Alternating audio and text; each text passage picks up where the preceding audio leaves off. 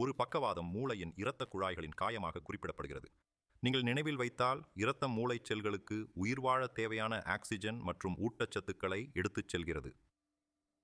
இரத்தக் குழாய்களுக்கு சேதம் ஏற்படுவது இரத்தக் கட்டி அல்லது மற்ற ஏதாவது காரணமாக கூடும். இது இரத்தக் குழாய்களை மறைத்து இரத்த ஓட்டத்தை தடுக்கிறது, அல்லது இரத்தக் குழாய்களின் கடினமாதல் அல்லது இரத்தக் குழாய்கள் வெடித்து இரத்தம் கசியும் காரணமாக கூடும்.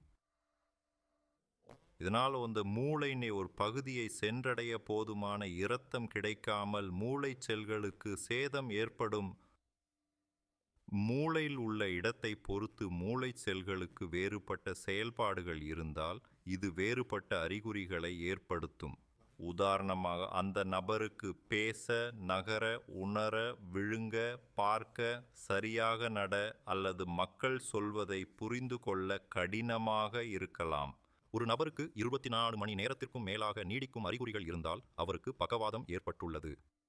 அறிகுறிகள் 24 மணி நேரத்திற்குள் குறைந்து முழுமையாக குணமடைந்தால் அதை TIA அல்லது தற்காலிக இஸ்கீமிக் தாக்கம் அல்லது சிறிய பக்கவாதம் என்று அழைக்கப்படுகிறது. ஒரு நபருக்கு TIA ஏற்பட்டால் அவருக்கு பெரிய பக்கவாதம் ஏற்படும் அபாயம் அதிகமாக இருக்கும். எனவே உடனடியாக மருத்துவரை அணுக வேண்டும். சில நேரங்களில் TIA வெறும் சில வினாடிகள் அல்லது நிமிடங்கள் மட்டுமே நீடிக்கலாம். அதை புறக்கணிக்காதீர்கள். உடனடியாக மருத்துவ உதவியை நாட வேண்டும்.